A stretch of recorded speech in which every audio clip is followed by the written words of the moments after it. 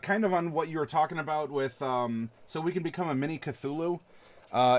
If we combine the, if we combine the Vidalcan hybrid here with a Loxodon, perhaps we can get a creature like this, right? Some sort of like Cthulian elephant with many tendrils instead of trunks.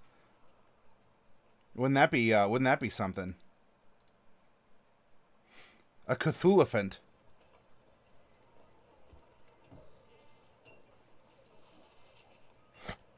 All kinds of fun, weird stuff you can find, huh? I don't know if you're necessarily an elemental.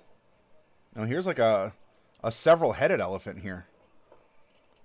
There's one, there's two, there's three.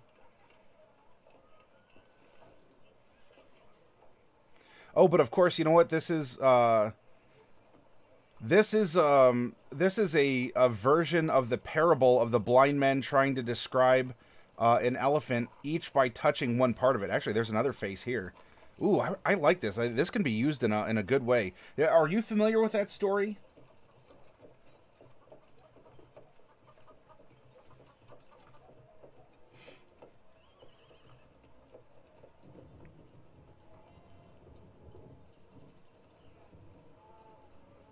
There's a little bit better representation of it. But that's jeez.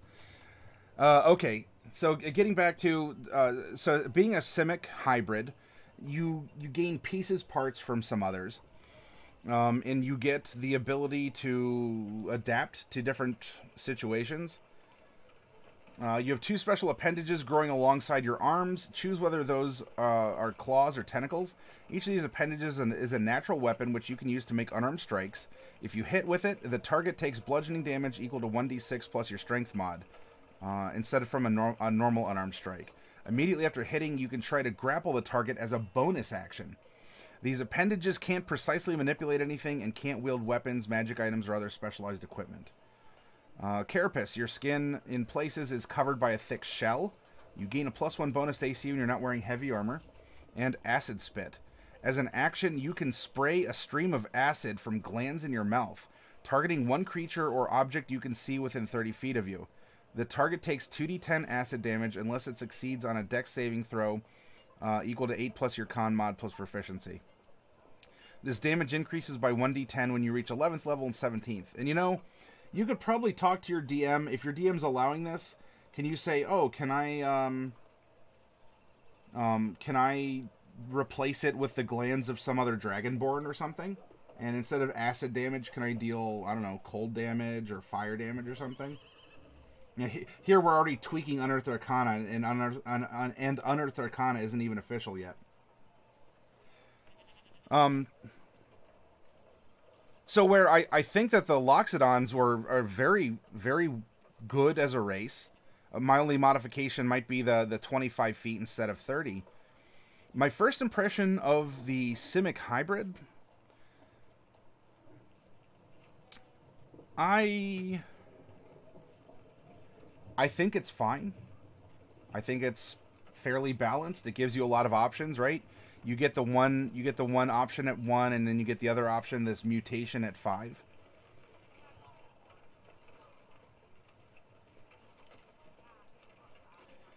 Though the Manta Glide and the underwater adaptation are really going to be options if you're running a specific style of campaign.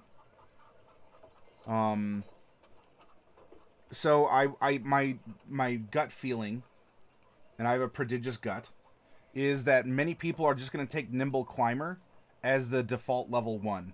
You have a climbing speed equal to your walking speed, because that is going to be almost, you know, 99.95% of D&D games where that could be useful. Whereas with Underwater Adaptation or Manta Glide, maybe you'll get more use out of Manta Glide, because you can, look, if Breath of the Wild teaches us anything, people are going to climb on everything and then just jump off and try and glide and go places. So this one could be, but again, you would get more use out of this if you know you're going to be maybe in a big urban environment like Ravnica, or like the city of Sharn in Eberron, or some other places, maybe the Feywild, where there's, you know, half a mile tall trees, things like that. So I think more people are going to take Nimble Climber than Manta Glide, and more people are going to take Manta Glide from underwater adaptation, unless the campaign is specifically a nautical campaign or a flying or some sort of urban campaign. Even then, Nimble Climber could come in handy in an urban campaign. As for the 5th level, and DJ said maybe more mutations, I don't know if it needs more mutations. I don't want this to become Pathfinder in complexity. See, this one is very good in Universal. The Carapace is good in Universal, and Acid Spit is pretty good in Universal as well. In fact, if we take a look, and I'll bring it up on a side sheet here.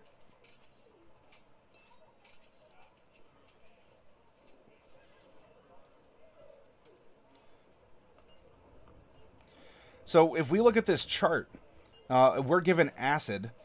So of the monsters in the monster manual, 18 monsters have resistance to acid and 15 have immunity to acid. So this is a low to medium resisted or immune damage type. So I think you can put in a lot of work with it, and especially if we come back here. This is as an action, so it's a cantrip. You're getting I think you're getting like Melf's Acid Arrow as a cantrip. Actually, do I have the PHB open right now? Oh, that's the rulebook and bestiary for Pathfinder. There we go. Let's take a look. Or I guess if we're treating this like a cantrip, let's.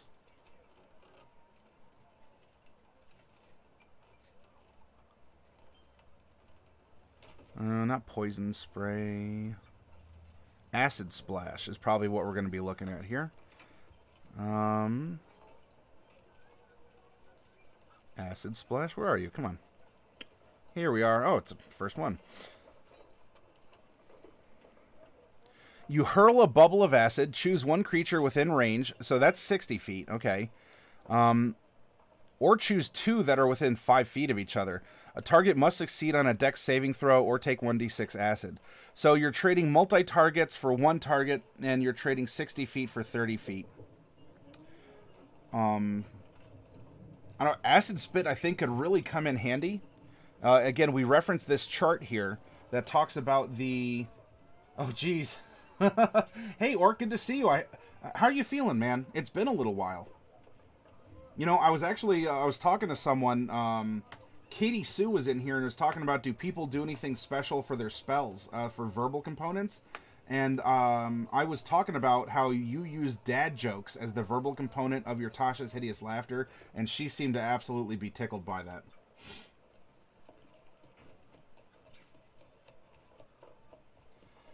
Like, the ability to take more at 11 than 17. I don't know. I don't know if it really needs too much more, Delta. Because Fighter's a class. We're talking about a base race now.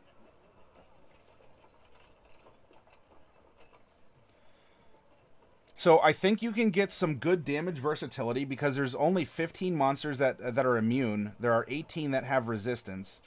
So we're definitely not talking about poison. Look at poison up here. 5 monsters are resistant to poison and 95 are immune to poison. Look at and then look at fire. 37 resistance and 40 immunity. So you can put in work with acid, and think of the roleplay implications also. If every turn you can produce acid from your glands. You all in the audience, you tell me, if you can produce an unending stream of acid, how could you use that outside of combat situations? Orc, been super busy with work now that I'm cleared to go back. Between getting workers' comp paperwork filed and working my regular shift and overtime, I've barely had any time for myself. Aw. Well, I'm glad that you're better, Orc. I'm glad that you're able to go back and continue, you know. You're still at the mine, correct?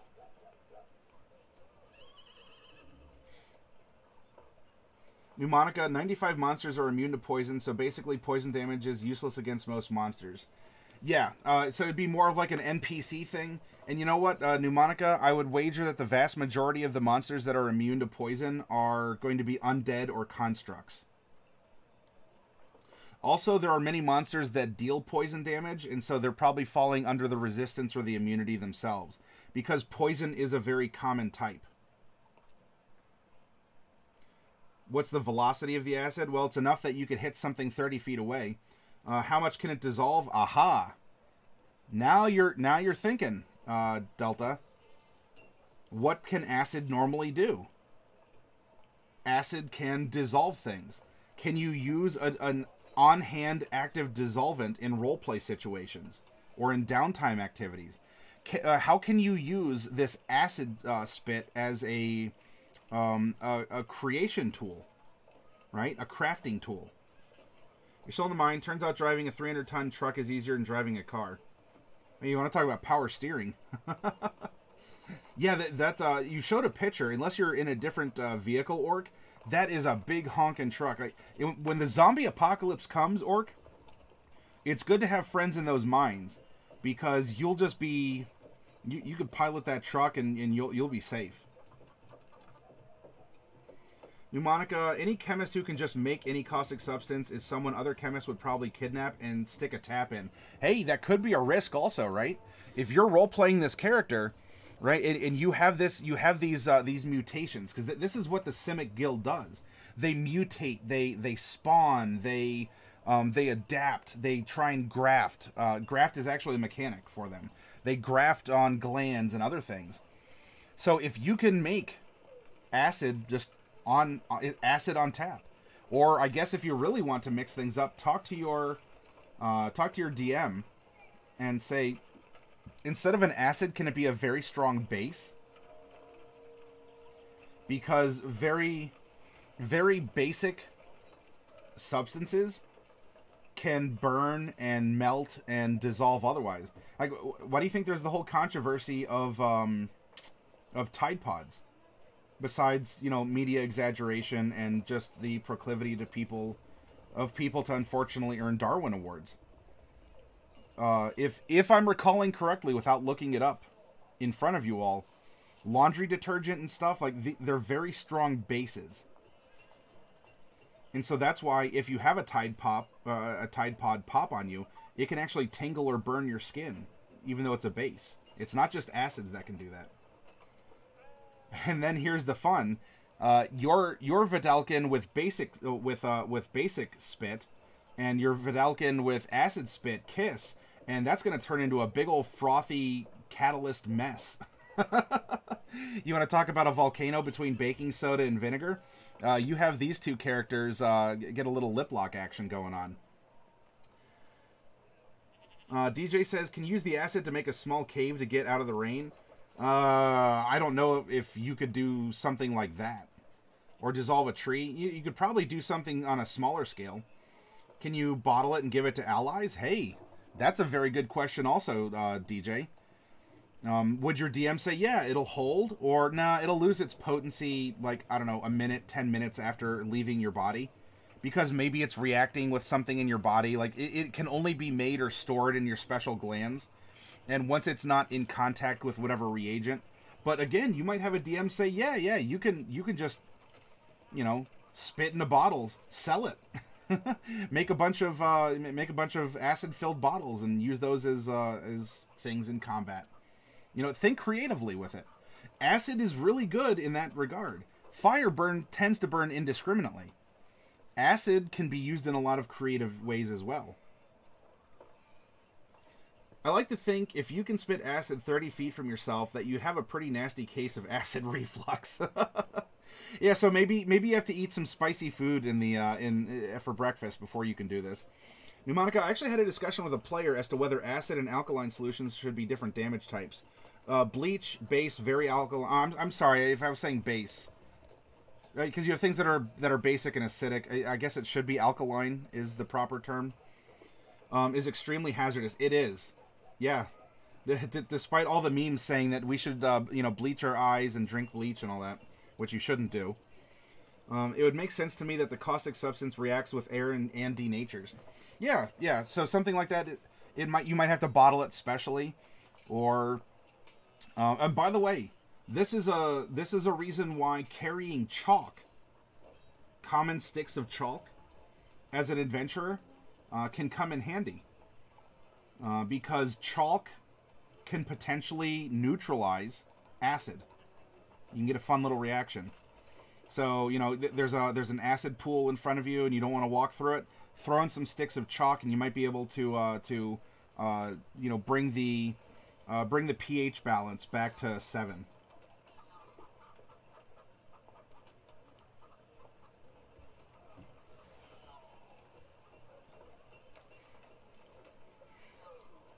And by the way, that's also why watching chemistry videos, because there's a lot of fun, accessible, you don't need to be a super scientist to understand. Watch chemistry videos on YouTube. Don't just watch survival videos, although there's a lot of good survival videos. There's a channel called Primitive Technology. You all better watch that. Primitive Technology is excellent. There's also a couple chemists, like Cody's Lab. Cody's Lab or Nile Red. Those two make chemistry. Actually, Cody's Lab is like a survival chemistry. He does a very excellent job. You know, he extracts precious metals. He does reactions. He's trying to do like a live off the grid system for vegetables and cattle and electricity and all that. So Cody's Lab I'd recommend. Nile Red does excellent chemistry videos that you know, maybe they seem like they're over your head, but he explains it. The formulas go up. He performs it in front of you. You can go back and watch it. Watch chemistry videos for real. You want to be an alchemist in D&D? You want to know how acid spit might be able to be stored or reacted or modified or turned into something else? They're entertaining, I promise you. And then, of course, watch survival videos like Primitive Technology. So shout-outs to those YouTube producers. It would make sense to me that the caustic substance reacts with air and denatures. Okay, so I did that in 2nd edition, AD&D, chalk to neutralize acid, but the DM said I was power... What? You were power gaming by throwing chalk into acid? I mean... As a DM, I would reward that cleverness, especially because if I didn't know that's what happened, you taught me something. Yeah, I'm going to give you a bonus for that. Not only did you catch me by surprise, you taught me something. Heck yeah, it works. I know I tried to use Dust Devil to try and see imps that were invisible, so that might not be allowed in my play group. Orc says, I remember in high school chem, the last day before Christmas break, we did a ton of fun little experiments. Pro tip, don't snort ivory soap.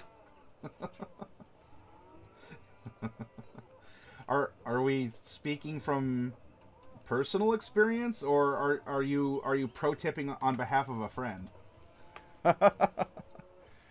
So I don't know. I do like this. I like the Simek Hybrid traits. I don't think it really needs any tweaking. It gives you flexibility, right? 2 con. What class can't use con? It's Universalist, and it lets you add 1 to something else. Elves, by the way, this is why you get common and Elvish. Elves are primarily the ones who are in the Simek Guild.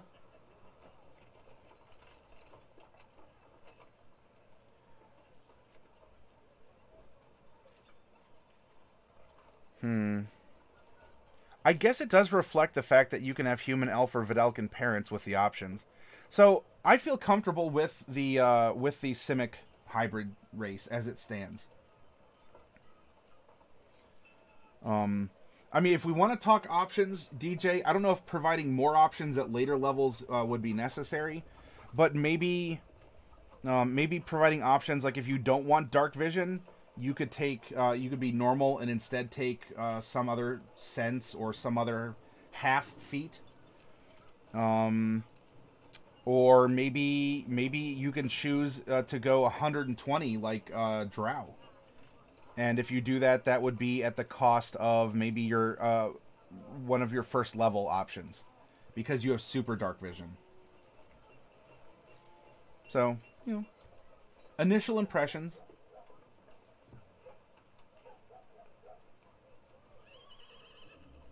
Orc says, I made $50 in the process. Wasn't worth it. Oh, jeez.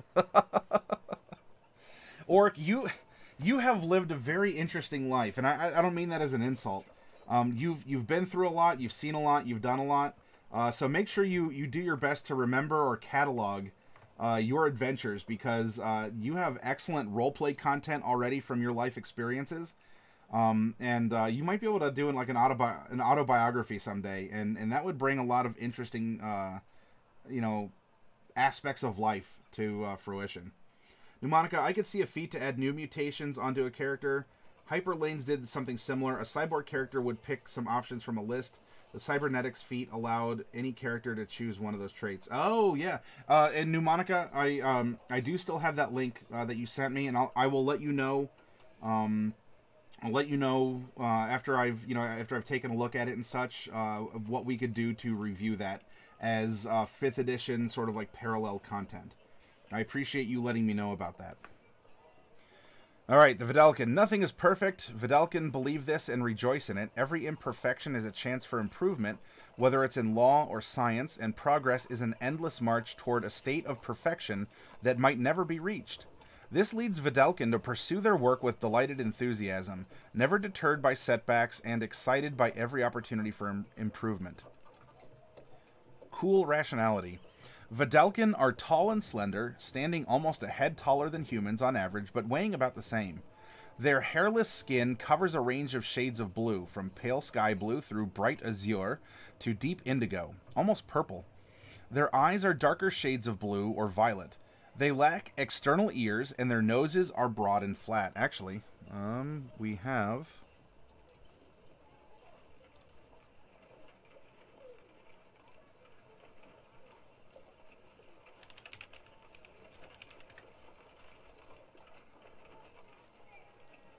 That's not a very big picture.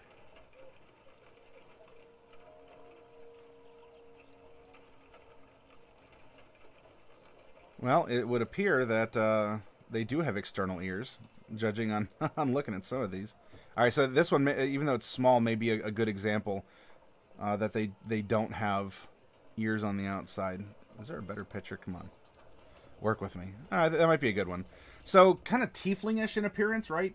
Solid color eyes, otherworldly shade of blue, or some other skin tone along those lines. Oh, those are djinns, or genies.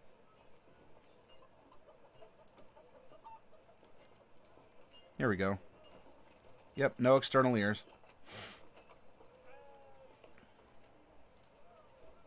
Vidalcan, as a rule, Vidalcan are gregarious in conversation. However, they are private concerning their personal lives, and they tend to engage more with ideas than with people. They form close friendships based on mutual interests or compelling disagreements, and their interactions focus on their thoughts about those issues rather than their feelings about them. To members of other races, Vidalcan often appear cold, even emotionless. That assessment isn't fair. They feel emotion every bit as vividly as other races, but they are skilled at not displaying it. Cool rationality guides their actions, they make and follow careful plans, and they are patient enough to do nothing at all when the ideal outcome relies on inaction. Their curious intellects and rational minds incline Vidalcan strongly toward membership in the Azoria Senate, the Simek Combine, and, less often, the Izzet League. Whatever their guild affiliation, they put their intelligence to use in crafting and improvising things, or in improving laws, procedures, and magical sciences. Vidalcan believe that the path toward the impossible goal of perfection is built with bricks of education, careful deliberation, and controlled experimentation. Their desire for close control to prevent disastrous mistakes makes them generally less inclined toward the Izzet League, where explosive mistakes are celebrated. Some Vidalcan direct their energy toward perfecting themselves, including by means of Simek bioengineering, or through and we discovered that with the Simek Hybrid, or through extensive study, while others focus on perfecting society through the careful crafting and application of laws. Okay, so here's a lot of different flavor names for Vidalcan. Your Vidalcan character has the following racial traits. Wow, ooh, int +2. So we have a gnome. However, look at this. Int 2, wisdom 1. We have a mental character. That could mean different things in different contexts. Our character will be very mental.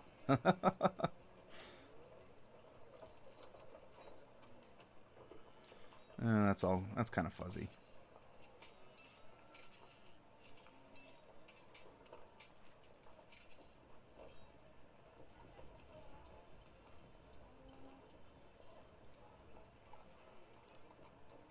There's another good one.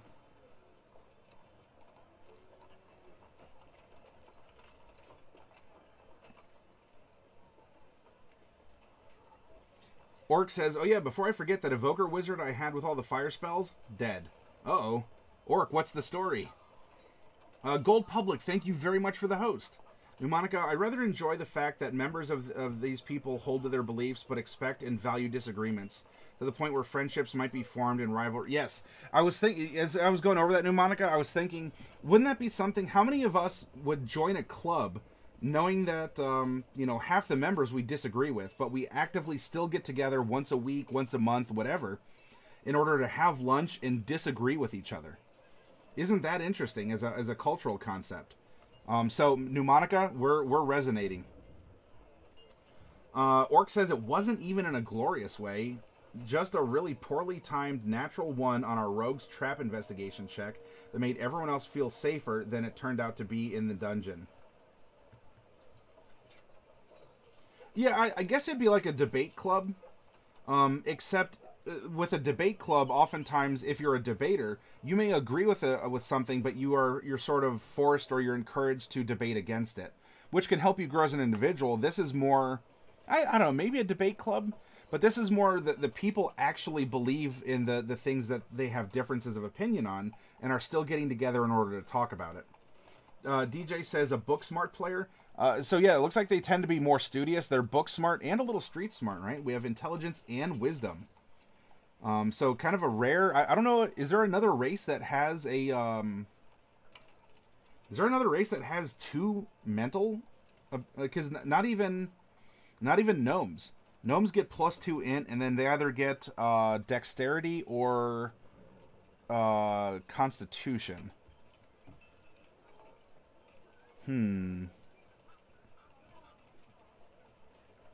It's surprising how much heat you can get with just black pepper and garlic. Oh, hey, what'd you make for dinner, Dark Wolf? I'm always down for a big argument, says Orc. Yeah, and you know, I am too. I love engaging with people who hold different ideas, opinions, you know, political affiliations, religious beliefs, if any, than I do. Because how else can I grow and learn as a person? If I can't challenge myself to confront the possibility that I'm wrong, am I just insulating myself from the world? Can I be a better person with a broader mind, or can I learn things about the world? Heck, by engaging in this kind of debate with other people, especially if they don't hold my same values, how will I know if I'm actually you know, helping or hurting, or how would I know if if I really believe what I believe, or am I just going with what I've been told by another person, a group, a book, or I've just made it up myself? So I do find that challenging your personal beliefs on a frequent basis, you know, if you hold one political belief, go to a website that espouses a different belief, an opposite belief. Try and understand why people think differently than you, because that's the beauty of humanity, and also, unfortunately, what causes a lot of our strife. Pneumonica, the basic principle is pretty objectivist. The idea is that the wrong idea is tested and found lacking, but the right idea is strengthened in reaction. Opposition strengthens an idea by forcing it to react. I like that. That's a very good breakdown, Pneumonica. That's the objective. Yeah. I mean, look. As someone who is in the business of peddling First Amendment wares, you know, part of the comic book legal defense fund and such, I agree with that. It should be tested. Heck, look at nature. What happens when you work out? You tear your muscles, if only ever so slightly. You fatigue them, you weaken them, because then they're going to grow back and be stronger. Because they have to be. Because they're being used and they don't want to break under that pressure again. Look at trees. If you all remember, this was, oh geez, 20 years ago now? 08, 98, probably 25-ish years ago. Do you remember that project to make the sealed, the biodome or whatever, the biosphere? I think Biodome was the Pauly Shore movie. I don't know if I'm remembering the name correctly. But it was supposed to be like this hermetically sealed environment that people were supposed to, try and thrive and survive in this controlled environment. And you know what they found? The trees that were growing in the biosphere were collapsing under their own weight. And the reason they were doing that is because this biosphere didn't have wind. And wind rocks trees. It shakes them. Wind provides small stresses and microfractures in the branches and in the trunks of the trees as they're growing, so that the tree grows back stronger, kind of like what your muscles do.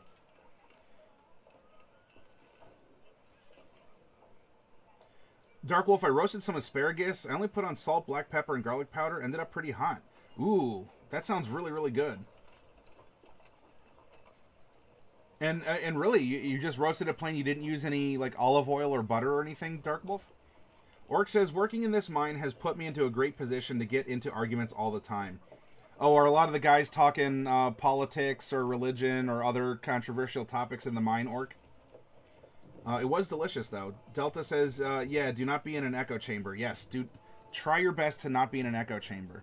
And there's nothing wrong. If you hold a deep religious belief, whatever it is for you, in my opinion, you're not defying your group, you're not defying your religion by going out and challenging it or testing it against others. Seeing what's right.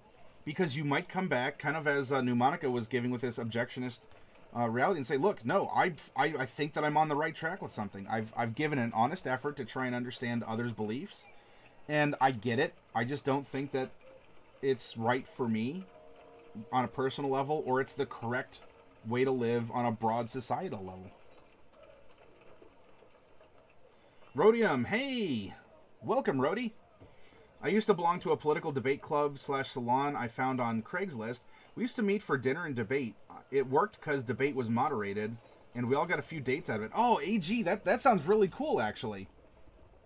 And I know that, on that site there is a room for banter, and I'm really glad that you were able to find a group like that. And especially that people could get together and be civil despite any political disagreements they have. That's an awesome story, AG. Rhodey takes that trade. Oh, just cooking spray? Okay. There's a lot of controversy over a new safety procedure the company's trying to roll out. Arguments 24/7. Well, what's the procedure that's up for debate? I don't know if any of us are heavily invested in Canadian mining procedure, so I hope that it won't turn into a poo storm of epic proportion here in chat.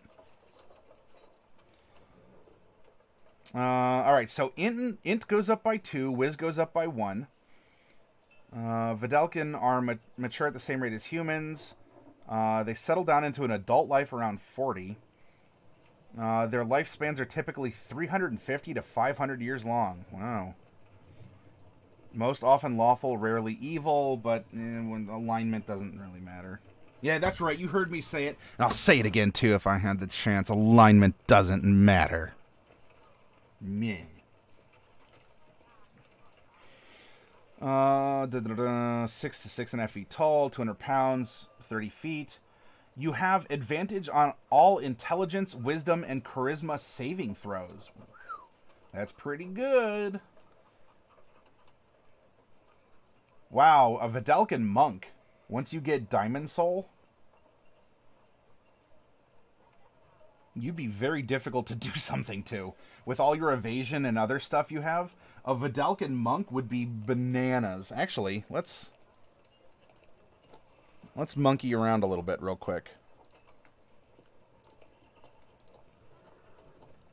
Also rogues. Rogues. Because they do get, they eventually get wisdom. And then I think they're intelligence and dex.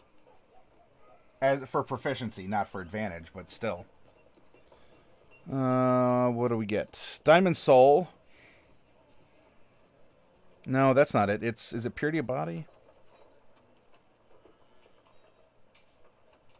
Oh, yeah. Diamond Soul. Beginning at 14th level, your Mastery of Ki grants you proficiency in all saving throws. So at 14, and the Wisdom isn't so bad as a monk either. So at 14, not only are you proficient in all saving throws, you then have advantage in half of them. That's pretty good. And considering wisdom, and charisma, that's going to protect you against illusions and charm effects. And especially then if you go to stillness of mind, you can't be charmed or frightened. You are some super ascetic, like super focused monk, and good luck any DM trying to control your body or to give you nightmares or other stuff like that. Oh, DJ, well, your loss is Orcus's gain because he's just going to have your corpse come back and do fun stuff for him. Oh yeah, there's also subclasses of monks that you can get some extra stuff. Pouty Lips, hey Pouty, I am going to be streaming for a while longer, more, yes. And by the way, Pouty Lips, are you still here? I'm sorry I missed your initial... Pouty Lips, did you enjoy the NPC on Tuesday that was sort of modeled after your RP inspiration?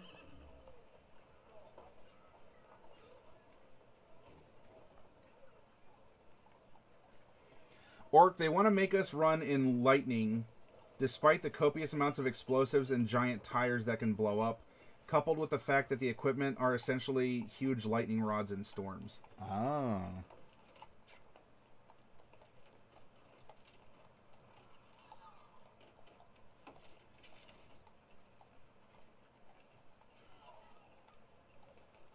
Oh, your internet went out? You didn't get to see the NP... Oh, Pouty Lips. Pouty Lips the Merchant. Go back and watch the VOD. Or you can watch it on YouTube. It's up on YouTube right now. There was a merchant that called himself Pouty Lips that encountered the group and is a very distinctive NPC. I think you'll get a lot of enjoyment out of watching it. Tireless Precision. You are proficient in one of the following skills of your choice. Arcana, History, Investigation, Medicine. Oh, hey, buddy. You want to come back up and say hi? Look, hey. Come on. Give me a big mustache again. Come on, bud. Hey. Come on. You just want to rub on stuff? Why else are you going to put your paws on me? Alright. He's going to be fickle. He's a cat, though. He's allowed to. You're proficient in one of the... Okay. History, Investigation, Medicine, Performance, or Sleight of Hand. Ooh, Sleight of Hand, even. Talking about rogues, huh? Whenever you make an ability check with a chosen skill or tool, roll a d4 and add the number rolled to the check's total. Hey. That's pretty good, huh? That's pretty good.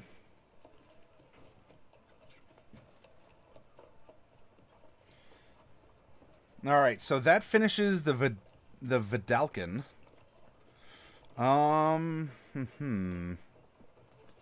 on. Hey, there we go. We have a cat again, everyone. I would say Vidalcan are pretty solid. They'll make good monks. They'll make good rogues. They'll make good wizards. They'll make good clerics.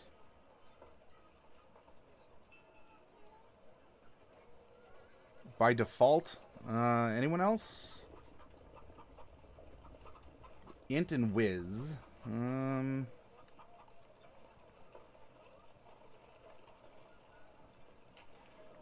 Rangers too, then, I guess.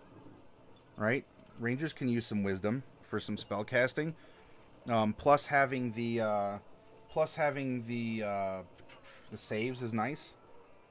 Thank you, DJ. Cat butt incoming. Yep, we have a cat incoming. Yeah, Pouty. There's an NPC named Pouty Lips who encountered the party and traveled with them to the city. Yeah, go back and watch. I hope that you really enjoy the. I hope that you really enjoy the character. Yes, Seraph. It's the Maddie Super Handsome Cat Hour.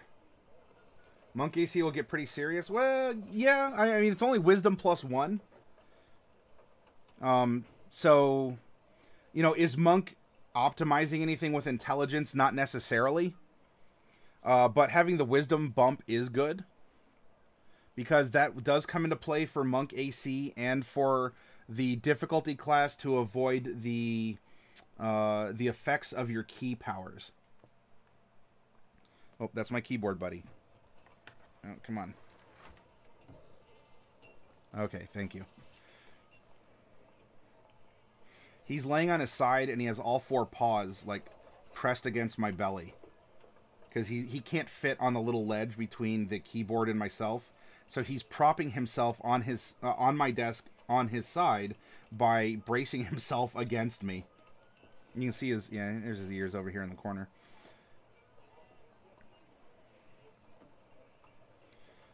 All right, so I don't, oh, no, off the keyboard, bud. You're making things geek out. Wait, what? Stop. What are we holding down? Or, okay. Wait.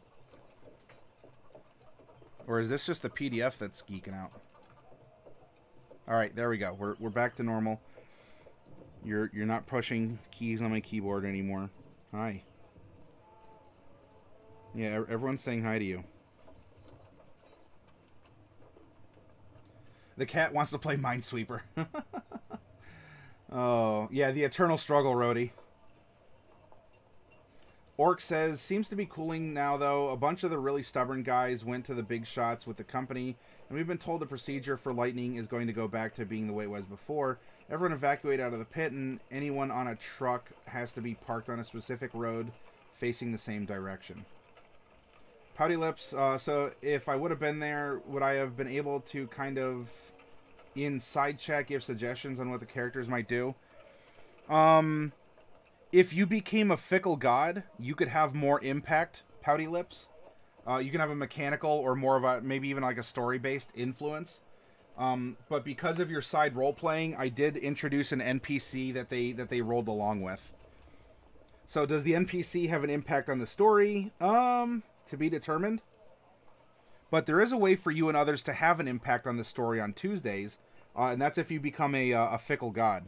However, for all of you who freely roleplay in chat, I do want to try and incorporate the things that you say and the things that you do in order to make the world come alive around everyone. And so that's why this merchant named Pouty Lips came to be.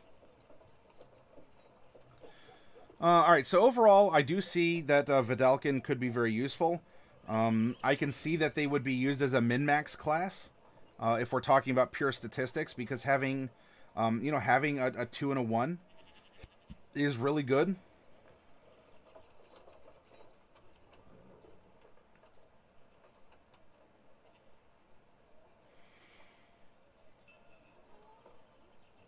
And finally, we come to the Viashino, who are a lizard. They're lizard people. I'll show you here.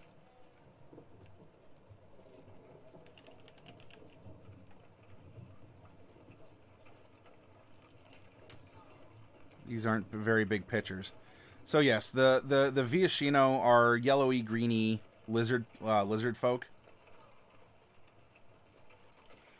And for all of these races, you can find a ton of magic cards that are featuring them. And so you can get lots of artistic representations. You know, if you want character art, this is something else too, by the way. If you want character art and you play any of these races, there are going to be plenty of cards if you just want card art of some kind to play around with.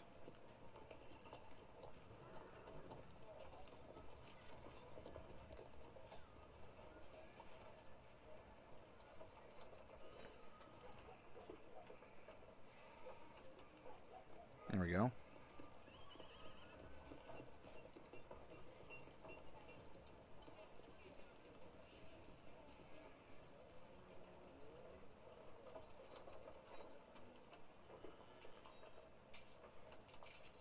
Or make an egg hatch when it normally wouldn't. Yes, Delta knows, right? Delta summoned some pixies who are hanging out in a hot spring at the end of the episode. Orc, in any case, I have another 10 shifts in a row starting Sunday night, then I'll be done for the summer. Well, Orc, I mean, work hard. I hope that this has been providing you a good income to help get you primed up. Because you still have another year or two of school, correct? Because you're actually getting to stay in your college town because the college was built up after the mines. And so you're getting some work, some pay, and you still have some schooling left, don't you?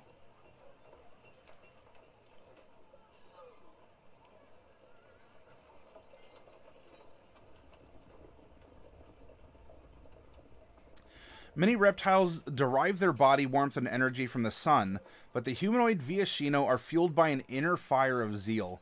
Open with their emotions, Viashino can be hot-tempered, but they are also quick to their hissing laughter, and they easily form close bonds of friendship. They are fierce warriors and passionate advocates for their guilds and causes. Viashino resemble humanoid lizards covered in green, scaled skin and spiky protrusions. Their heads jut forward from their slender necks and bear huge mouths full of sharp teeth. Long, whip-like tails extend from their spines, lashing behind them faster and faster as they grow more agitated. Their tails are tipped with a bony blade, or with bony blades they can use as weapons.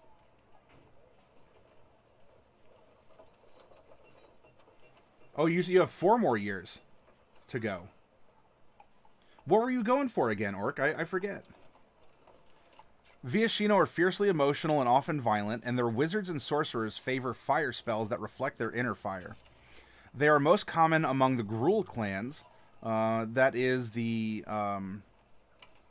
Gruul are green-black in magic colors. Especially the Slist clan. Occasionally, they put their zealous fire to use in the service of higher ideals, joining the Boros Legion, the white-red, sort of like town guard of the army sort of thing. Other Viashino instead pursue careers in the Izzet League, where they find a special role wielding Izzet is blue-red. Izzet designed flame-spewing Scorchbringers.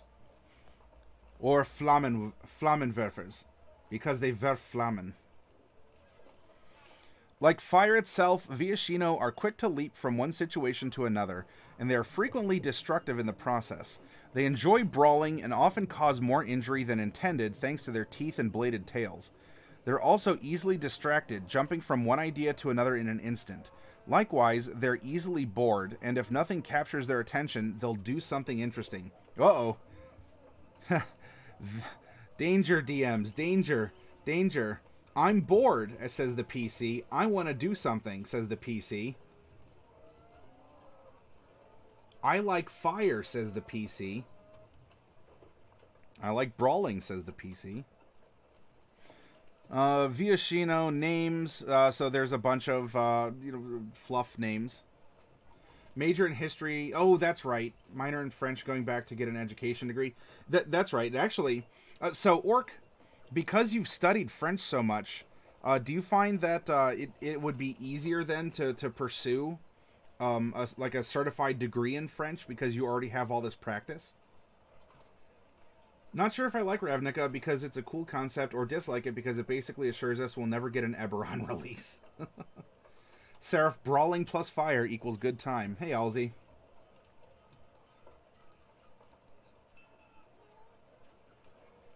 Hey, it sounds a bit like my PC already, minus the fire. When PCs are encouraged to say, I'm bored, I'm going to do something, trouble can follow. Alright, so Dex increases by 2, and Dex and Strength. So we had a very mental race with the Vidalkin, +2 int, +1 whiz, and now we have a 2 Dex, 1 Strength. So they're playing off each other, and just as we have the methodical Loxodon, we had the very sort of impulsive, changing shape and form Simek Hybrid race. They need more fire in their lives.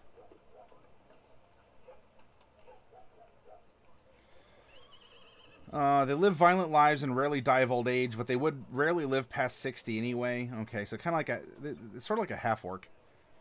Viashino strongly tend toward chaotic alignments. Alignment doesn't matter. Size, there's tall as humans, but they have lithe, wiry frames. Oh, diadems. Well, thank you, diadems. Actually, I should put my headphones on. Thank you very much for that. Diadems, is there... which boxes would you like? We have Elemental Evil, and we have Monster Menagerie. You can get one of each. You can get 2 of one. What would you like?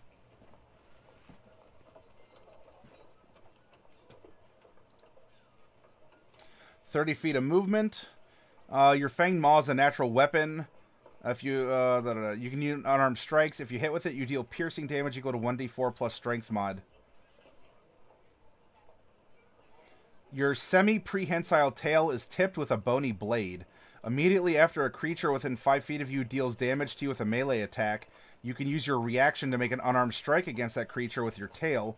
If you hit, you deal slashing damage equal to 1d4 plus your strength modifier. You gain proficiency in acrobatics or stealth, and you can speak, read, and write Common and Draconic. These would also make interesting monks. It would be very neat to see a Vidalcan monk versus a Viashino monk. Alzi, alignment doesn't matter. That sounds like Altair talk to me. Don't listen to him. He's just trying to recruit you to his faction.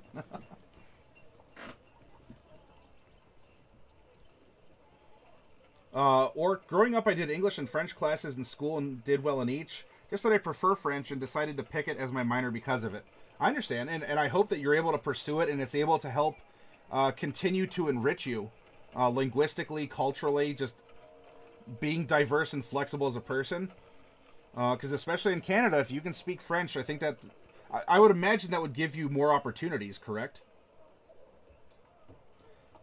Alignment keeps the plane spinning, Burke. Diadems, you want one of each? Alright, so let's open these up. We're going to start with Elemental Evil. Fresh case. So for the Viashino, so we get two physical stats. So Dex and Strength, that could make for a good generalist fighter. Or even a Barbarian. Oh, a Barbarian would be really good for Viashino. Especially if you're getting hit in melee combat and you get a reaction. So monks, barbarians, fighters. I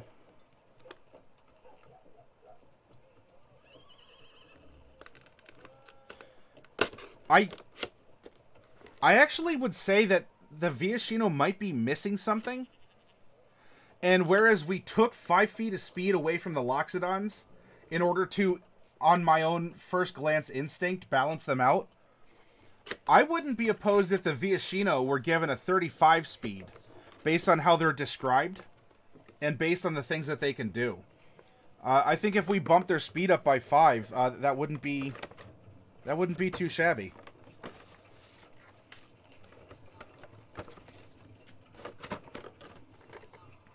Alright, so diadems. There is a flying base and stand that is in here. So we'll see what occurs. However, let's get to your 3 bubble wrap minis first.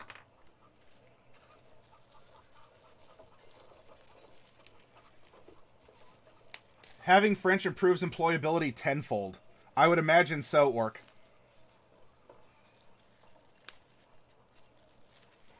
And I presume also it's not even just. I mean that would ensure your employability in blue collar, like in the mine.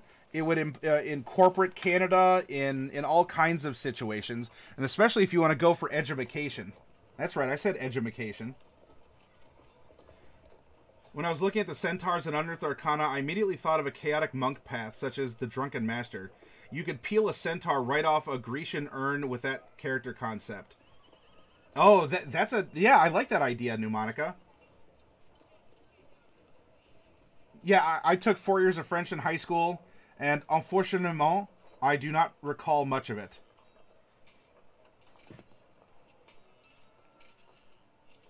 All right, so we're gonna start out with a white WIGHT. So you have an undead, a white. Yeah, when I was going for my master's, it was said, I mean, look, in the 80s it was Japanese, and now we're facing Chinese is a very prominent language. A giant wolf spider. So if any of you go on the ! Random Planes adventure, you have probably seen a couple of these jump out at you. Is a giant wolf spider. Monica, I can almost string together sentences in German. And let me check the rarity of this other piece here.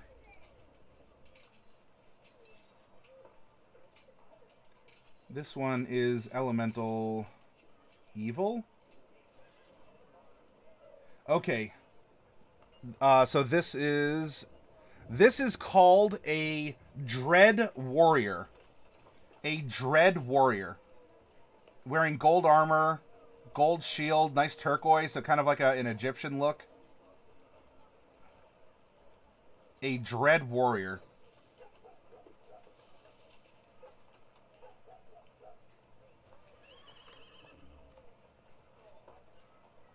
Orc says, I graduated with a certificate saying I was fully bilingual last year. Directly got me this job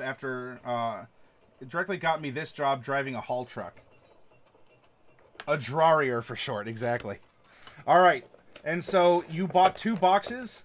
And so, Diadems, this is your piece out of Elemental Evil. It is a Solar Angel. A large uncommon piece. A Solar Angel.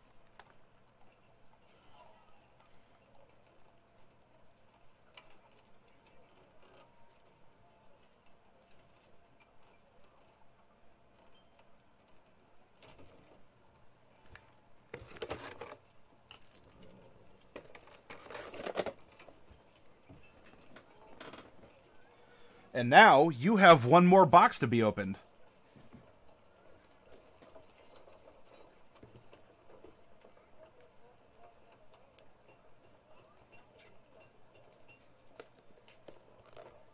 Yeah, they are, Seraph. You would know with your name, right?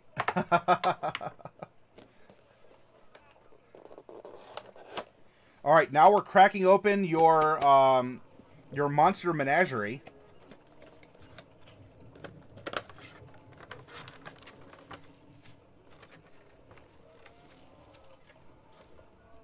Ooh, well, Diadems, I don't know if you have another figure in here you'd prefer. You might want to take what's in the box still, though, because it's really neat. Hello, what are you? Oh my, Diadems, you have some cool figures in this box. Oh wow, you have some really cool figures in this box, Diadems. Okay. Yeah, you might be implying that. We're on to your tricks, Seraph. Nothing so sexy like a living ball of wings covered in 1,000 eyes that perpetually is on fire. Okay. So we're going to go back to Monster Menagerie here. Alright, so first up, Diadems, is we have a set of Will-O-Wisps. Will-O-Wisps.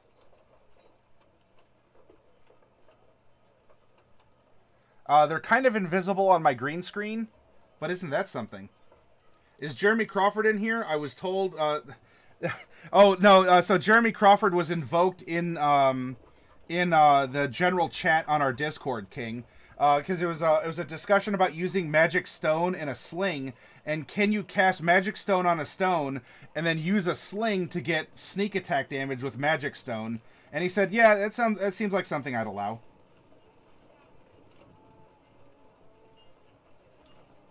Alright, after that, Diadems, so you got Will-O-Wisps. This next piece is a Merfolk. You'll just have to trust me, your Merfolk is there. So you have a nice light blue Merfolk that apparently is invisible.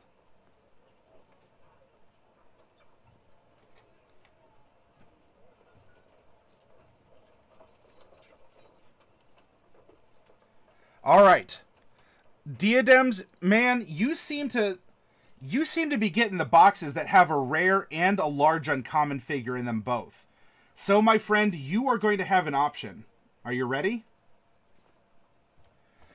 Your first option is a Displacer Beast. A Displacer Beast.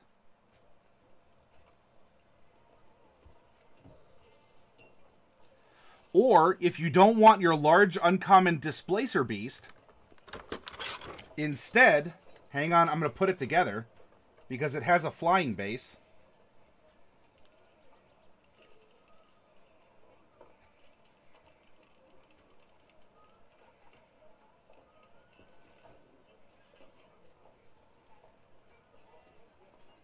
Or you can get an Arenyes. Arenyes. Or an Arenyes, or however you want to pronounce it. It's the flying female devil ladies. Arenyes. E-R-I-N-Y-E-S.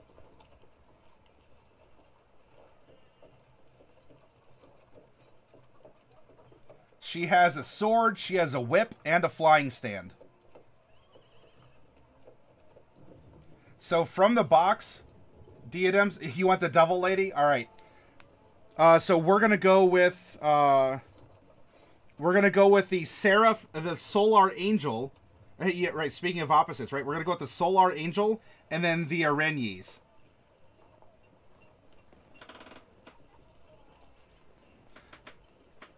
I really like this Will-O-Wisp figure.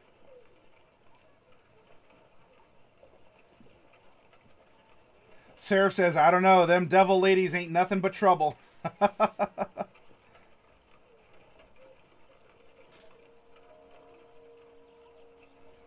Nothing but trouble.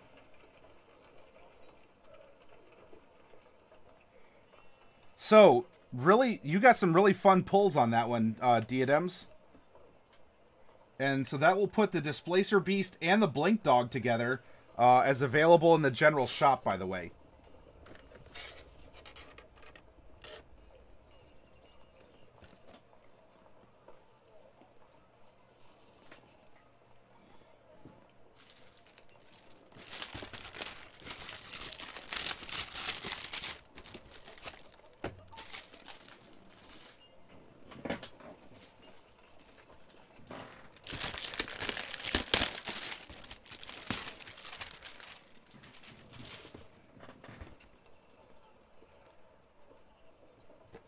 Elemental Evil and Monster Menagerie are reloaded. That's not...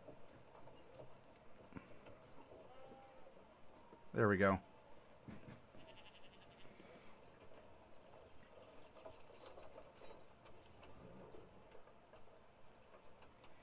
So DJ, Strahd, you have advantage 13 and 10. 13 plus 7. You just squeeze in the final blow on Strahd von Zarovich, and you get 4,000 experience points.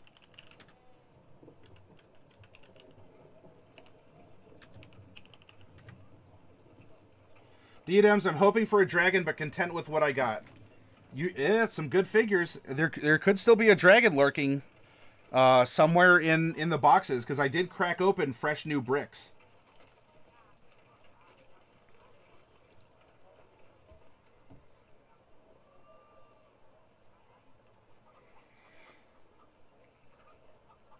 Okay, so you get a reaction attack. You get, I mean, 1d4 and 1d4. I don't know. The Viashino, maybe having 2 physical scores is what could make it powerful. I think it's okay. I think it's average. I might increase its speed to 35 feet.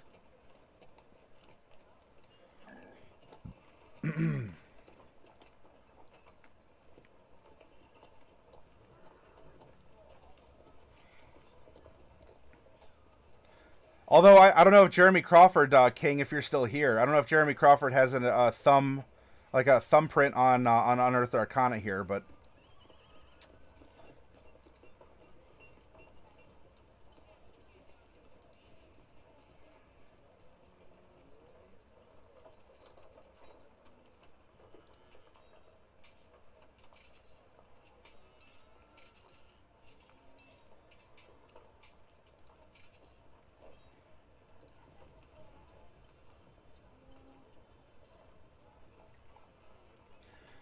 Rhodey's pizza was hot, both spicy and temperature-wise. Had shredded pepper jack cheese and sriracha. Ooh.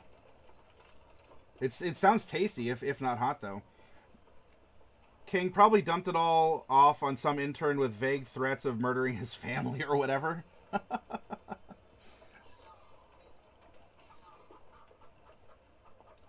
You know what, Rhodey? That does remind me.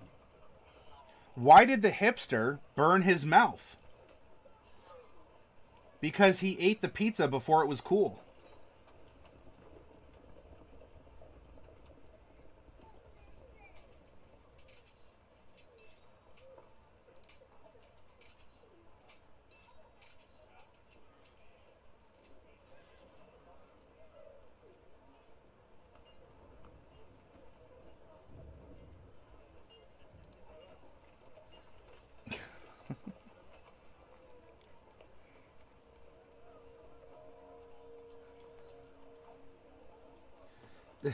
Hey, Evelyn. Seraph gives a room shot. This is true, but I should also be able to wait till it cools down. It just smelled so dang good. Sriracha is always a bit of a gamble. Apparently, it can range anywhere from 3,000 to 8,000. Interesting. I did not know that. That pun, I'm taking away your speaking privileges.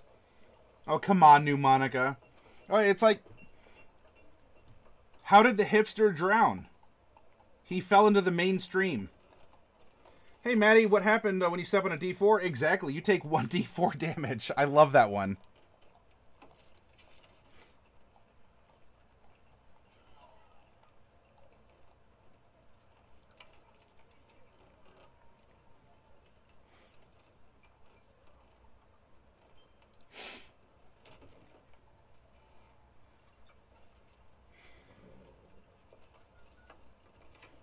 All right, well, that is the preview of 4 races from the Ravnica setting.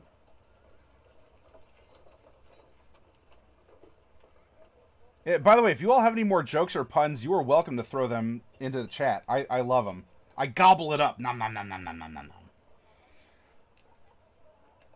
What do paladins eat for breakfast? Falafel. Hey, Caden, it's good to see you. Welcome, Caden. Are things starting to slow down for you? How many hipsters does it take to screw in a light bulb? It's a very obscure number. You probably haven't heard of it. Oh, lordy.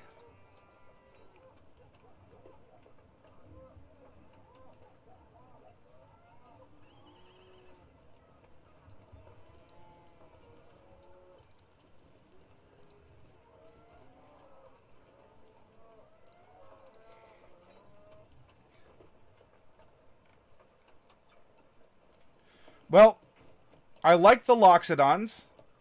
I like them all. I like all 4. I think Loxodons should go down to 25 feet of movement. Simek Hybrid. If I were to change anything, it would be maybe to give some options for dark vision.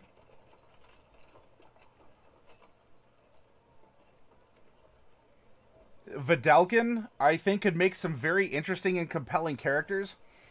2 int, 1 wisdom, that gives you a lot of flexibility, including, by the way, you have advantage on intelligence, wisdom, and charisma saving throws. So, I don't know, let's say that you went for a big, beefy Vidalkin who's, you know, strength con. You may not have proficiency in int, wiz, or charisma, but advantage is effectively a +5. Or, like, statistically, it's a +5. So even if you're playing a class that doesn't give you proficiency in either of those 3 saving throws, you're getting a +5 to them, allowing you then to continue to be a brawler or a bruiser, which I think a Vidalkin monk would be very, very interesting. Simek Hybrid seems like a way to make furries grimdark, to be honest, Alzy. Well, I don't think it's really going for grimdark because they're not supposed to be creepy. They're just supposed to be better. They're supposed to just be more people. King says furries are already incredible grimdark in real life.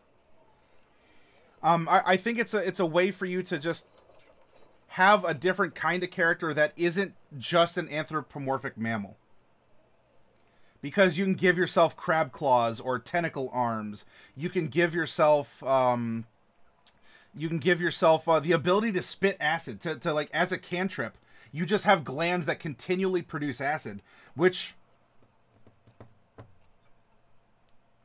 acid spit is better than the acid breath weapon. It sounds like for a Dragonborn.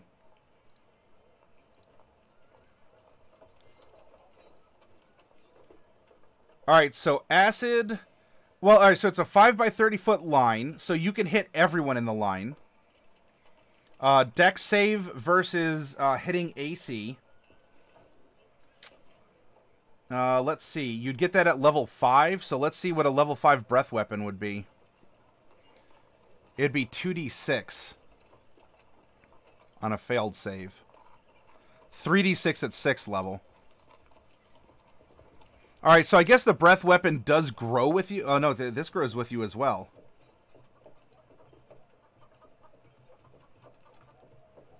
Is the acid spit better than a Black Dragonborn's breath weapon? I guess if you're maneuvering and you can hit multiple people with the line of acid, I guess you could do that. I don't know. What do you all think? If we're comparing the breath weapon of a Black Dragonborn or... Well, I guess a copper is the same. So black or copper?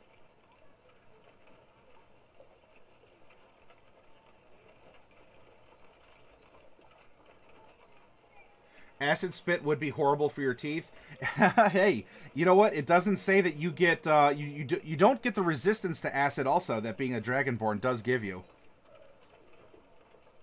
Although, to be fair, Alzi, it just says you spray it from glands in your mouth, but that doesn't mean there wouldn't be some residual stuff, right?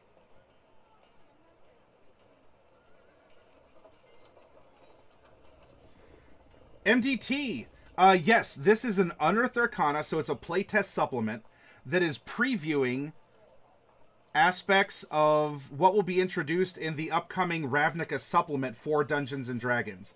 Like the official, published in a hardcover book, Ravnica world or expansion to D&D 5e. Yes, Vidalcan, Loxodon, Simek Hybrid, and Viashino are the races that are previewed here.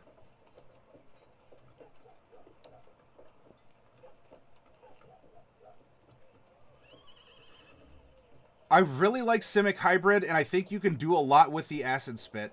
I think that all the level 5 abilities are good.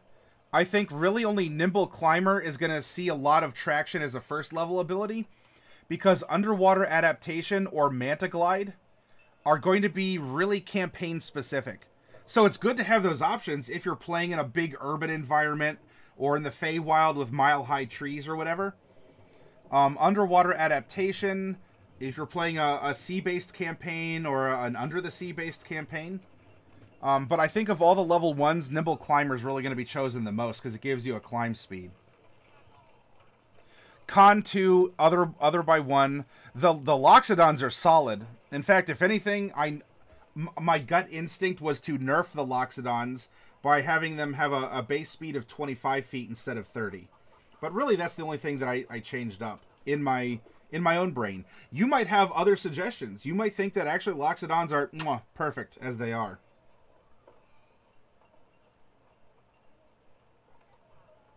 No bully or bully. Yes, only consensual bullying of anime waifus is allowed.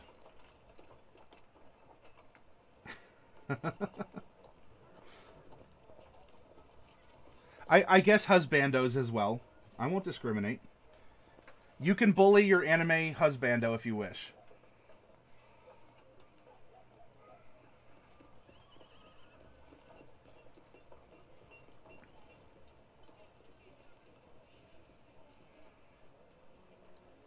What do you call a mountain guarded by rogues? A sneak peek.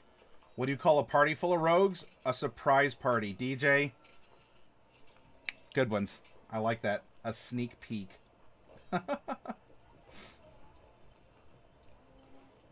That's right. No broccoli, Alzy. No broccoli about things. I won't be fully content with elephant people until they're those wheel riding guys from His Dark Materials.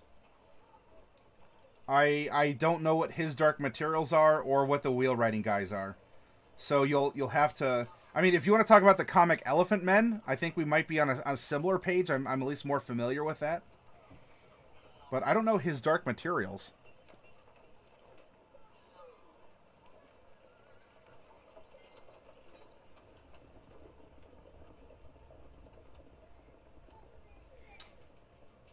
I don't know. I do not know His Dark Materials, but thank you for considering me fam and showing concern. Get up on that.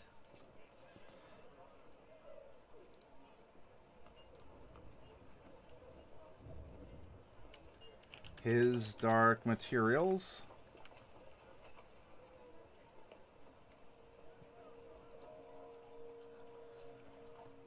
It's an epic trilogy of fantasy novels by Philip Pullman consisting of Northern Lights, The Subtle Knife, and The Amber Spyglass. It follows the coming of age of two children, Lyra Belacqua and Will Perry, as they wander through a series of parallel universes. I mean, if y'all are recommending it, I'll go with your recommendation over my gut instinct that I don't like time travel nor parallel universes. The novels have won a number of awards, including the Carnegie Medal in 1995 for Northern Lights and the 2001 Whitbread Book of the Year for Amber Spyglass. It's been marketed to young adults, though Pullman wrote with no target audience in mind. The fantasy elements include witches and armored polar bears. The trilogy also alludes to concepts from physics, philosophy, and theology. It functions in part as a retelling and inversion of John Milton's epic Paradise Lost, with Pullman commending humanity for what Milton saw as its most tragic failing, original sin. It has attracted controversy. What doesn't attract controversy nowadays, really? I mean, I think that word has lost a lot of its meaning in 2018 and beyond. It's attracted controversy for its criticism of religion. London Royal National Theatre staged a two-part adaptation of the series in 2003-4.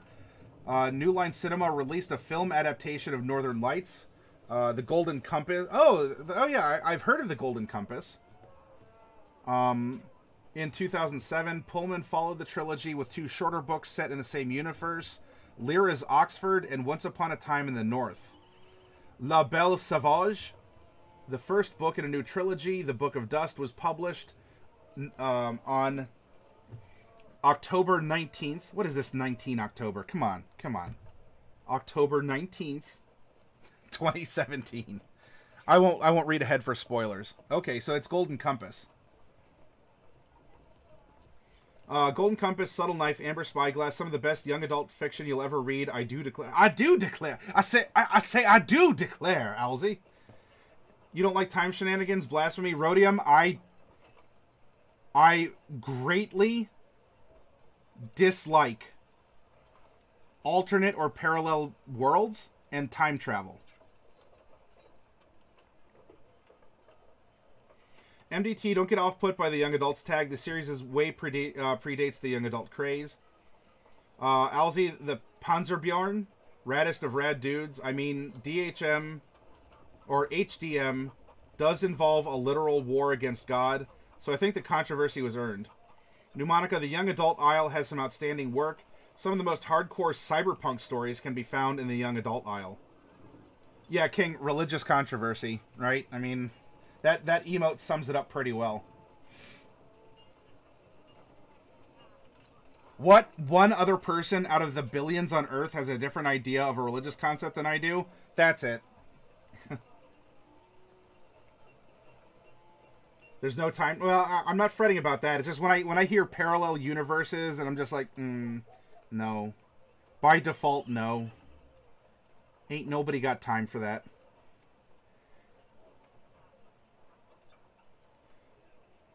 Maybe. I don't know, King. I've not read the book. But it does seem like there's a war against a god of some kind.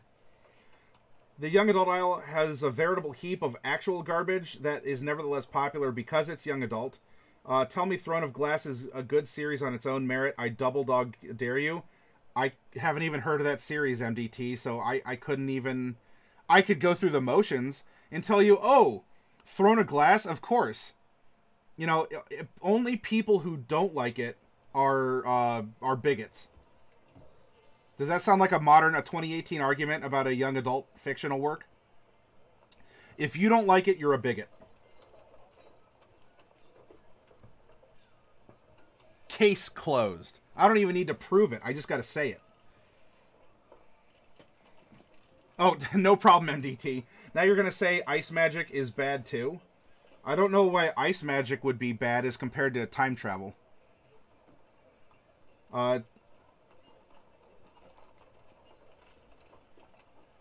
I'm not drawing a comparison.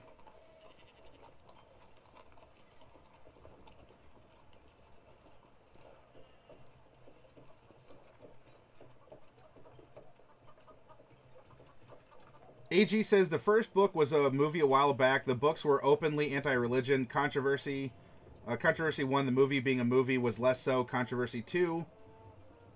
Time shenanigans and ice magic are my favorite types of magics.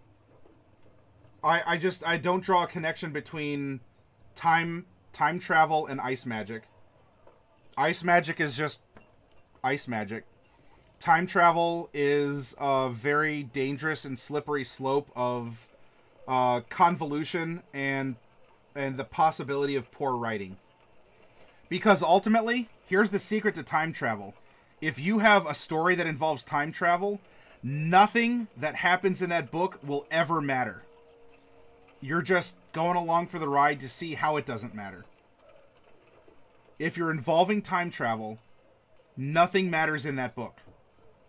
Because everything is still happening as it would have, as it could have, as it should have.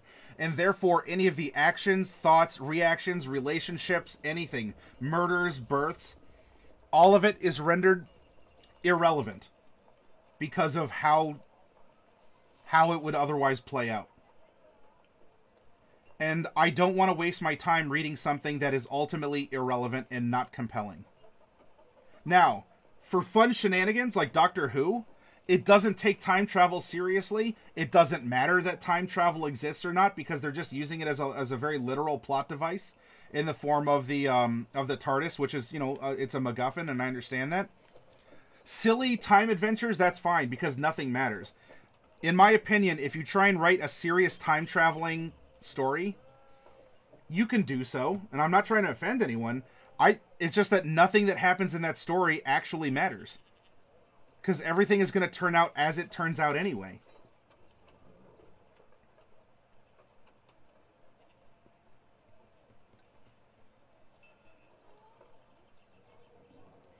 MDT, the cold never bothered you anyway. Wah, wah, wah. That was a good one, though. Good. You snuck that one in, MDT. I give you credit there. Ice Magic is a brand of ice cream toppings here, so I'm going to assume that that's what this whole conversation's about. What kind of, is it like a magic shell? You know, like the chocolate syrup that hardens on ice cream? What about vanilla ice magic? Hey, Roger Twy, good to see you. Drop that 0 and give it to Hero, MDT. Ice magic has the ability to freeze time due to absolute freezing. If that's how it works in your story, then... Though there's no way I would have been able... Just as King said, how could I have presumed such a thing? Chances are that Game of Thrones' big twist is going to be Bran ruining everything with his pseudo-time travel psionics. As a counterexample, I'll give you Heinlein's short story, All You Zombies, but I kind of can't tell you why. MDT Game of Thrones in 2018, lol. Alzy, what if I told you that fiction isn't real and none of it mattered? Everything in a book will always turn out as it's supposed to, so I'm not sure I follow that reasoning. Because there's, you know, the pressure, the plot in time travel is, you know, oh, butterfly effect, we can't affect things, or we will affect things no matter what, and I'm going to go back in time and change the future, and blah, but everything is just going to happen anyway. Regardless of the protagonist's actions, everything is going to turn out as it will. in a generic fantasy setting where they're not trying to manipulate to go back in time and whatnot. I get the parallel you're making, LZ. I just don't see time travel as a mechanic in a fictional book being especially compelling. Because nothing you do in time travel is going to matter. Because we're either going to exist, not exist, be changed, and we're going to be unknowing of it, and therefore perhaps even unappreciative. All You Zombies is one of the stories you can't really discuss without spoilers.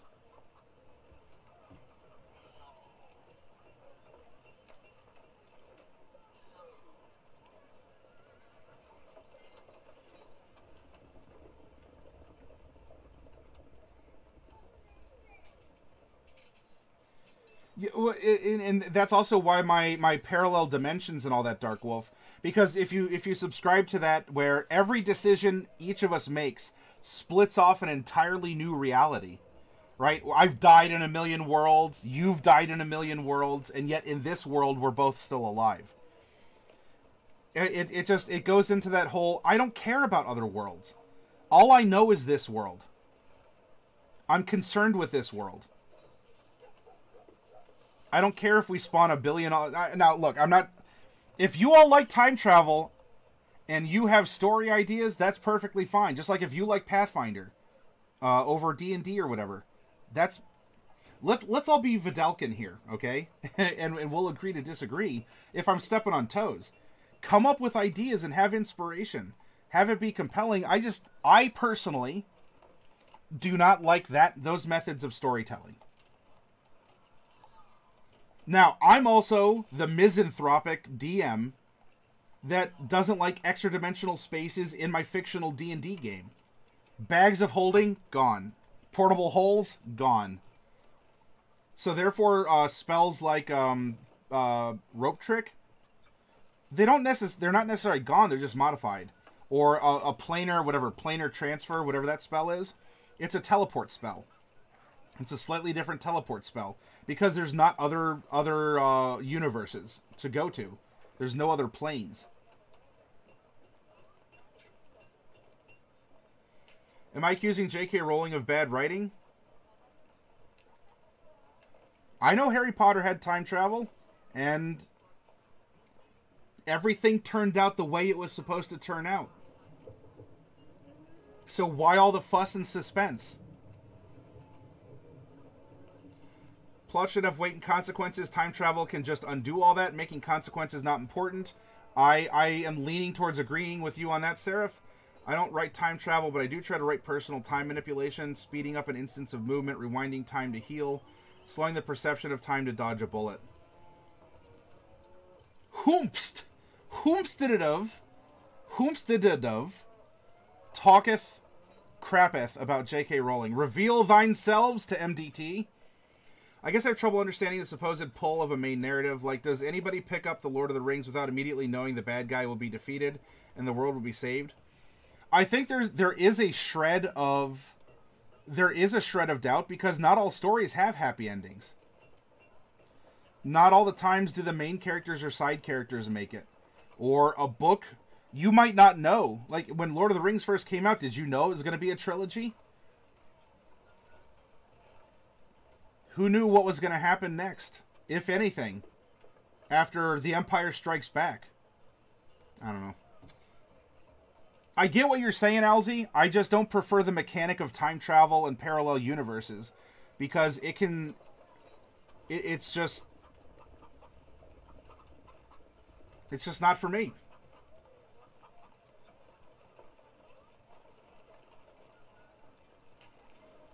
Yeah, hey, King, if you want to disagree, you're welcome. You are very welcome to do so. And some of you can look. You can write time travel. You can manipulate time. You can present sliders in some form or fashion. You know, everything is parallel universes, multiple dimensions. There are extra planar whatevers.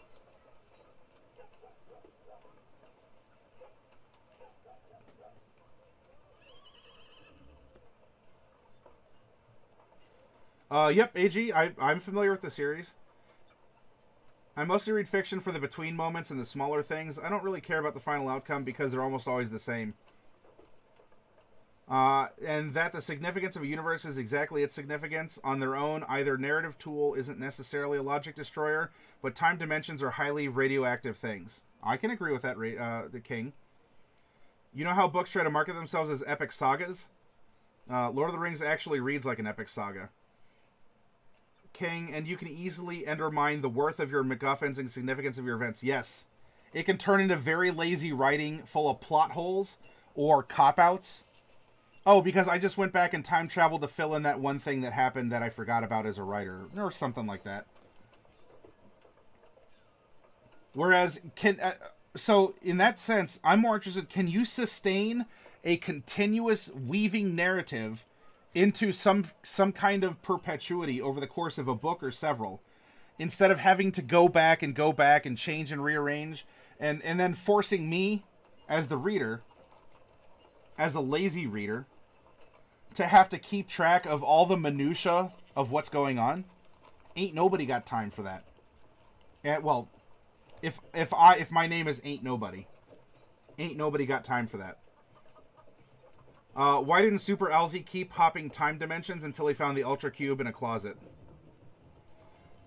I can link you passages from the books that are literally stolen word for word from the Norse epics.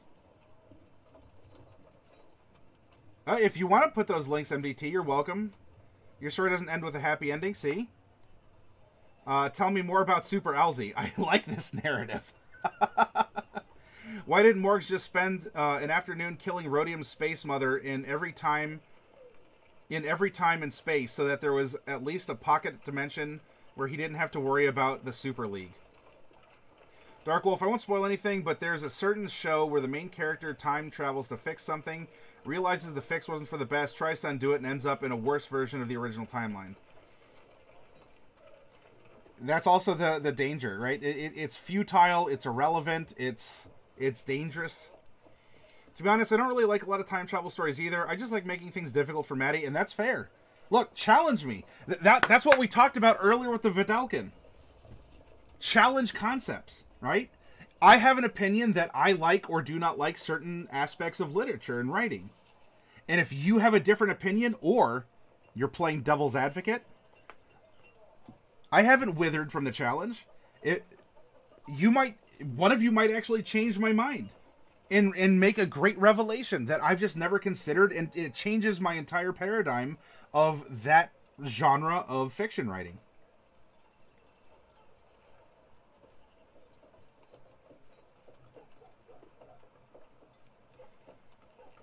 You could do it. Chrono Trigger exists after all, and it has vague to no rules on how time travel actually affects things beyond player agency. It's just an easy thing to flub, and adding time travel into a sandbox campaign without very specific rules.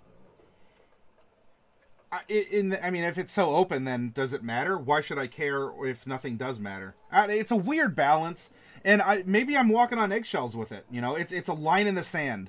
You know, I am irrational.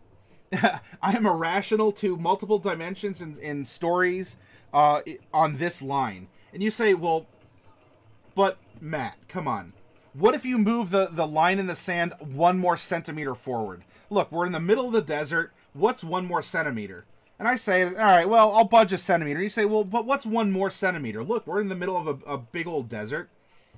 At some point, I have to be irrational and draw a line in the sand.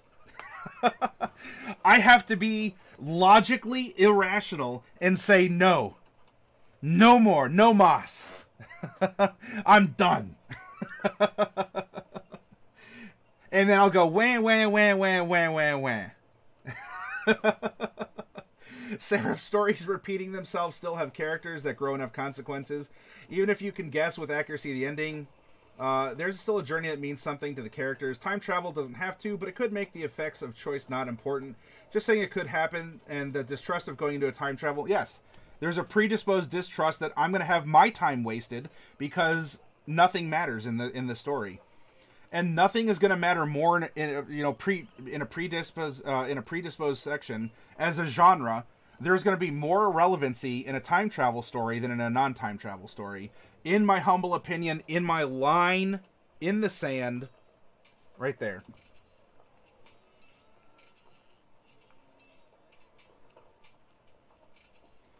MDT regarding Lord of the Rings copying Norse epics. Although Orse-Nepics kind of sounds like a cool NPC name. Remember Theoden's speech at the final battle in Minas Tirith? It goes like, a sword day, a red day, ere the sun rises. He did very heavily get inspiration for his books from Norse mythology. Also, just playing the Legend of Zelda games with minor time travel. Ocarina of Time is minor, but there's no confusing... well, yeah, so in that case, I've played Ocarina of Time.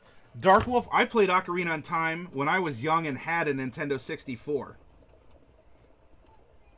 You young whippersnappers? Murr! Or, alright, Majora's Mask I did not play. I did not play Majora's Mask. And I made a very conscientious, purposeful... I liked Ocarina of Time because it was fun and irrelevant as far as the time travel was concerned.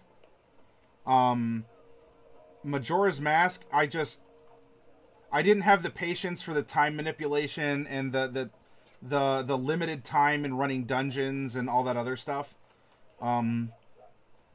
So that's why I didn't play Majora's Mask, and I probably won't. MDT, this passage is from the Poetic Edda about Ragnarok, an axe age, a sword age. Shields shall be splintered in a wind age, a wolf age, ere the world collapses. And Tolkien knew about this passage because he translated the Poetic Edda as a project. Hey! He was an academic more than a creator. He took Norse mythology and worked on it with the tenacity and relentless eye for detail that a man of writing his final thesis. So the result was basically Norse Mythology 2.0, new and improved, or Snepics. What is a Scandinavian's favorite direction? Norse by Northeast. Wah, wah, wah. Thank you for that joke, Caden. I also have Ocarina of Time on N64. I've beat... Yeah, but did you get it for your birthday, Dark Wolf? New inbox. That's right. I'm going to be petty. I'm going to be petty and one-up my friends. Da, da, da, da, da, da, da, da. Ocarina wasn't confusing until Nintendo based their whole Zelda timeline on it. Kind of created some issues considering one timeline is if Link failed, kind of opened Pandora. Yeah. So in order to square it, and in order to kind of force a continuity, which is something we tend to do as human beings, but to force a continuity, they just said, yeah, here's 3 timelines.